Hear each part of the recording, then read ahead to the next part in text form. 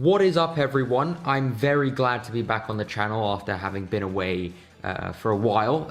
In case you didn't see my notice the other day, it was basically because I was finishing up my feature film, which is done now, and now I can really get back to the swing of things slowly but surely, as my film is now sort of able to sort of stand on its own 2 feet, so to speak. And so today I just really wanted to make a video that would serve as sort of an update, sort of a catch-up with some of the films, some of the TV shows, some of the news that we've had, and I just wanted to talk about some of the things that I wanted to talk about.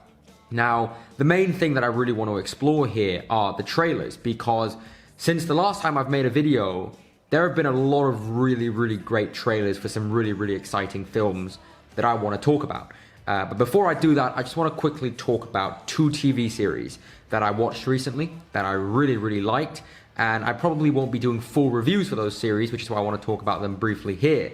The first one being The Boys Season 2. Now, I don't think I've ever talked about The Boys Season 1, but I absolutely love it, and I think The Boys Season 2 is a brilliant continuation of that world, of those characters. I will say, I do think The Boys Season 1 is a little bit more streamlined, a little bit more focused, whereas Season 2, a lot more is going on, and there are a lot more characters and a lot more storylines going everywhere.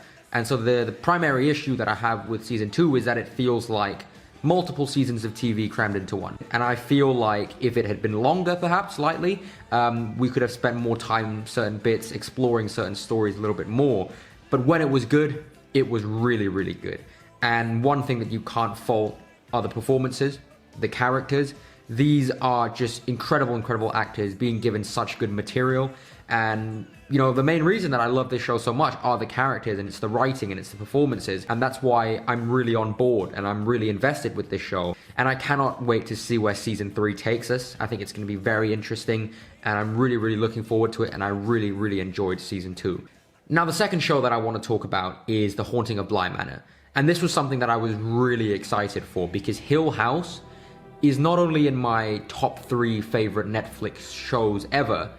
I think that Hill House is one of the greatest single seasons of TV ever made. Up there with, I would say, True Detective Season 1 and Game of Thrones Season 4, a couple of others. I think that show is basically perfect. And I think it's actually like my second favorite piece of horror, second to The Shining, of all time. And so, of course, I was very excited to see Bly Manor, which is the follow-up, the anthology follow-up. And I really liked it. I would say that it's not quite as good as Hill House. And again, for me, this was an issue of focus and pacing and structure, because Hill House was all directed by Mike Flanagan. And when I watch Bly Manor, I can kind of tell that it's not directed by one person. And although that may bring in some cool stylistic, differences and diversity, I do feel like it lacks the focus needed to tell a story of this kind, especially in comparison to the first season. That is really my only issue with Bly Manor, is that it can meander a little bit sometimes. But this is such a great show. Again, the performances and the writing are just absolutely terrific. I thought that the accents, a lot of people said that they were put off by the accents. I was not. I thought that Henry Thomas and Oliver Jackson Cohen, his Scottish accent was absolutely on point in my opinion. And the other issue that a lot of people have been having with this show is that they have said, it's a love story, it's not a horror, it's not as scary as it should be. That is a problem that I do not have. I loved the romantic aspect of it. I think the love story part of it worked beautifully. And as for the show not being sufficiently scary, I think it's unsettling and it's creepy, and for me it's enough. But ultimately, to sum up my thoughts on Bly Manor, I would really say that Bly Manor is sort of like a light version of Hill House. If you don't love horror that much and you don't like being scared that much, but you still want a great story with great characters, Bly Manor is like the thing for you. And I think that if you watch Bly Manor and you haven't watched Hill House, it's kind of a great sort of way of building up to Hill House, which in my opinion is a slightly more extreme and in a way a slightly better version of Bly Manor. That's just my opinion on those shows. Now let's talk about some of those trailers that have come out. And the first set of trailers that I'd like to talk about are the ones that came out at DC Fandom. There are quite a few. Wonder Woman 1984 looks pretty great. I'm really excited for Patty Jenkins and Gal Gadot to return. I think Chris Pine is terrific. I also really love Pedro Pascal and Kristen Wiig. and I really am excited to see the continuation to this character and to this particular story. We also got a sneak peek at James Gunn's Suicide Squad.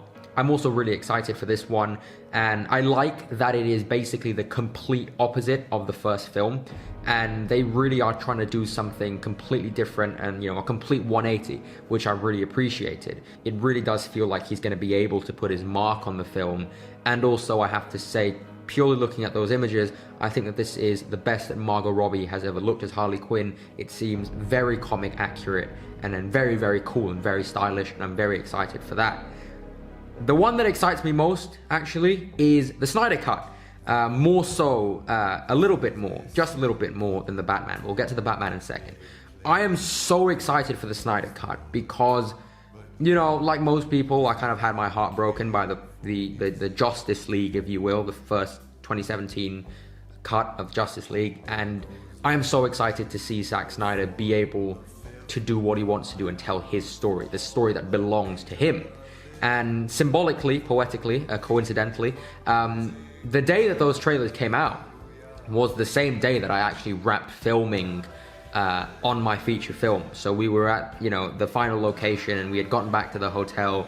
We were celebrating, having a few drinks. I'm scrolling through YouTube, and I see the Snyder Cut trailer come out, and I was like, this is the perfect timing, because I've just finished my film, and now we get to see Zack Snyder finish his film, and I just had a big smile on my face. And the film looks bloody delicious. The visuals are just spectacular. I cannot wait to see Ben Affleck back as Batman, and I'm very excited to see him and Michael Keaton in the Flash film as well. Henry Cavill in the black suit. We're gonna actually get the original Deathstroke end credits, all of these things, the new Steppenwolf design. And one thing that really piqued my interest was the aspect ratio, because it seems like they're presenting it in 4:3, which, has never really been seen in a mainstream superhero film, and maybe they'll change that up for the actual release. But I actually really would not mind seeing the Snyder Cut in 4:3. I think it works well. It looks absolutely stunning, and I'm all for it. I'm all in. Whatever Zack Snyder wants to do, I'm all for it. There's been some talk that apparently he wants to get Ryan Reynolds back as Green Lantern. If that actually happens, I'm going to be so excited and so happy, but we'll see what happens. But yeah, that's the Snyder Cut. Now on to Matt Reeves as the Batman, which looks absolutely amazing. Wow. Those set photos that just came out a few days ago, Zoe Kravitz, Colin Farrell, John Turturro, oh my god, I'm so excited for them. They look terrific. And the film itself just is really interesting, because not only does it feel very comic accurate, but it also feels like Matt Reeves is really going to be able to put his own stamp on the material, which is really exciting, because I think we're seeing DC take a completely different route to Marvel, and they are being so incredibly filmmaker focused and filmmaker driven, and that's really exciting for me, and it's nice to see them diverge from the Marvel formula, which is great. Now, The Batman is a film that a lot of people have been saying is heavily inspired by the works of David Fincher, with Seven and Zodiac and that kind of stuff. And if that's the case, then yes, please, because for those of you who don't know, Fincher is one of my favorite directors, and I love all of his films, especially Seven. And I'm really excited to see what Matt Reeves does with that, with the story, with the characters, with the world of Gotham. From what we've seen so far, I would kind of say it almost feels like an amalgamation of Tim Burton and Nolan and Snyder. It's not quite as camp as Tim Burton, it's not quite as heightened as Snyder, and it's not quite as realistic as Nolan, and it's right there in the middle in this beautiful sweet spot, and I'm really excited to see that particular world come to life. Another thing that I really want to talk about when it comes to the Batman is the cinematography and the visuals, because the film is shot by Greg Fraser. Now, do remember this name because it comes back in a second. Now, Greg Fraser is a cinematographer whose work has always interested me, because his work, his films are always very desaturated and very muted. They have a very muted color palette, and I think that suits the world of Batman perfectly. And I think the work that he's done on this film, especially those shots where he sort of blurred out the corners of the frame in the sort of Roger Deakins, Jesse James style, it's very interesting work indeed. One more thing I want to talk about in terms of Batman is this theory that perhaps the Court of Owls are actually the primary villains. I would absolutely love that. I would just love that, because I'm a big fan of the New 52 series, Scott Snyder's New 52, and I really like the addition of the Court of Owls into the Batman universe. I think that it provides, if we were to have the Court of Owls in this film, it would create a much more heightened atmosphere, a much more heightened sense of, mystery, and make things a little bit more fantastical, so to speak. Because if you're going to do the Court of Owls, you kind of need to do the Talon stuff, right? I mean, and if you're going to do the Talon stuff, you kind of need to do Dick Grayson as well. So it's all very interesting, and it sets up a much larger universe. But I would love to see the Court of Owls realized within Matt Reeves' universe. And if it is the case that they are going to do the Court of Owls, I'll be very, very excited. Next film to talk about is No Time to Die, which unfortunately has been delayed, just like pretty much every film that I'm talking about now. But oh my god, it looks so good. I am such a big fan of Cary Fukunaga as a director. I think his work is just terrific. I think he has such immense, brilliant visual flair. This is someone who, has always marveled us with the work that he's done on a visual level. Just purely on a visual level alone, this guy is next level. And to see him team up with La La Land cinematographer Linus Sandgren is incredible. Some of those shots just look absolutely stunning. Daniel Craig is great, of course, and I'm just so excited to see the rest of the cast as well. Ana de Armas, Rami Malek, so many interesting people joining the Bond world. And I also believe that this is going to be the longest Bond film to date at about 2 hours and 40 minutes. That's going to be interesting. I'm interested to see why it's going to be so long. And for me personally, as someone who grew up with the Daniel Craig Bond films, and Daniel Craig is my favorite Bond, Casino Royale is my favorite Bond film, I just want a really, really nice, emotional, satisfying send-off to Daniel Craig's Bond. And I want it to be meaningful, and I want it to be focused on Bond. That's really my only concern with the film. The film feels very sprawling, and I hope that it's as focused on the character of James Bond and as it can be. And that's my one concern, but the rest of it I'm super, super excited for. And that new trailer that came out, well, it's not new anymore, it came out about 2-3 months ago, looks terrific. Next film, and this one really, really excites me, is Dune. This was, of course, my most anticipated film of the year, although it's not coming out this year anymore. I think it looks terrific. I think it looks absolutely terrific. The cast is great. Timothée Chalamet looks like he's going to absolutely kill it as Paul Atreides. Oscar Isaac in that badass motherfucker armor. Oh my god, Jason Momoa, Josh Brolin, Rebecca Ferguson, Zendaya. The cast is really, really insane. Denis Villeneuve, we just know that he's going to do something truly special with it. Some people have compared this film to Lord of the Rings, to Star Wars, saying that this is going to have the cultural impact of what Lord of the Rings and Star Wars had when they came out, which is high praise. And that is basically setting up insurmountable expectations, because I love Lord of the Rings and Star Wars so much. But if anyone's going to do it, it's Denis Villeneuve, right? This is the guy to do it, and I'm really looking forward to seeing just this film and this universe, and to see something truly creative and truly unique that is really different from a lot of the sci-fi that we've had recently. Now, my one concern is the reason I mentioned Greg Fraser for Batman is that Greg Fraser, as a cinematographer, is also shooting Dune. And now, obviously, a lot of us Denis Villeneuve fans were probably expecting Roger Deakins to have shot this. He was obviously busy working on 1917, so Denis Villeneuve got Greg Fraser. And probably because Denis Villeneuve is actually a big fan of Rogue One, apparently. He really likes Rogue One. Greg Fraser did Rogue One. He's also doing Batman. He's doing Dune. He did a bit of The Mandalorian as well. My one issue here is that, the best way for me to sum this up is that despite my many, many controversial statements about Tenet, the one thing that I really loved about Tenet, one of the many things actually that I loved about Tenet, was the score.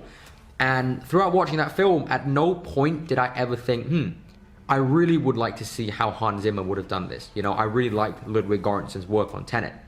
Whereas when I'm watching the trailer for Dune, there are some absolutely mind-blowing, stunning shots. But I can't help but think, I kind of really want to see what Roger Deakins would have done with this. And I don't know if that's a good thing or a bad thing, but I just feel like for a film like Dune, this needs to have epic, cinematic, it needs to be an event, and it needs to feel grand. And Greg Fraser has a much more grounded, gritty, realistic style, which works brilliantly for Batman, as we've seen. And I think another really good example is that if you look at a shot of a desert from Blade Runner 2049, it looks like this. It's very beautiful, it's very heightened, it's very, it's got a lot of oomph to it. Whereas with this one, it looks a lot more realistic. and grounded and gritty. And I just feel like the story of Dune needs to have that grandiose, over-the-top, heightened feel, you know, in line with something that, you know, was shown in Blade Runner 2049, if not more. And visually, I feel like some of the stuff that we've seen could or perhaps should be, in my opinion, a little bit more heightened and over the top and surreal. That's what the word I'm looking for. That's just my opinion, but I still have the utmost faith in this team to pull it off. And I'm still super excited for Dune. The next film that I want to talk about is Mank, the new David Fincher film, that teaser that came out. Oh my God. I am incredibly excited for Mank, and I absolutely love that they have shot the film and are presenting it as if it were a film made back in the day. You know, they're shooting proper black and white, they're lighting it like an old school film. Gary Oldman looks terrific, and I'm just so excited to see David Fincher back. He is such a great director. And I just love films about films. I love films about filmmaking and the history and the story of Hollywood. I find that stuff so fascinating, which is one of the reasons I'm absolutely dying to see that Godfather film with Oscar Isaac and Jake Gyllenhaal. Wow. But Mank looks to be terrific, and if the film itself is as good as the trailer looks, and we know it's gonna be better because it's David Fincher, I really do hope this film just wins all the Oscars. I really do. And from the looks of it, it's not going to have that hard of a time winning everything, because most of its competition has been moved to next year. So good for Fincher. I hope he finally wins that bloody Oscar. Now, the final film, the final trailer that I want to quickly talk to you guys about, and this is a completely shameless plug, I do apologize in advance for this, is the trailer for my film, Voyage into the Night. Yay, woohoo. I just wanted to raise a little bit of extra awareness for that trailer. In case you haven't seen it, please do check it out.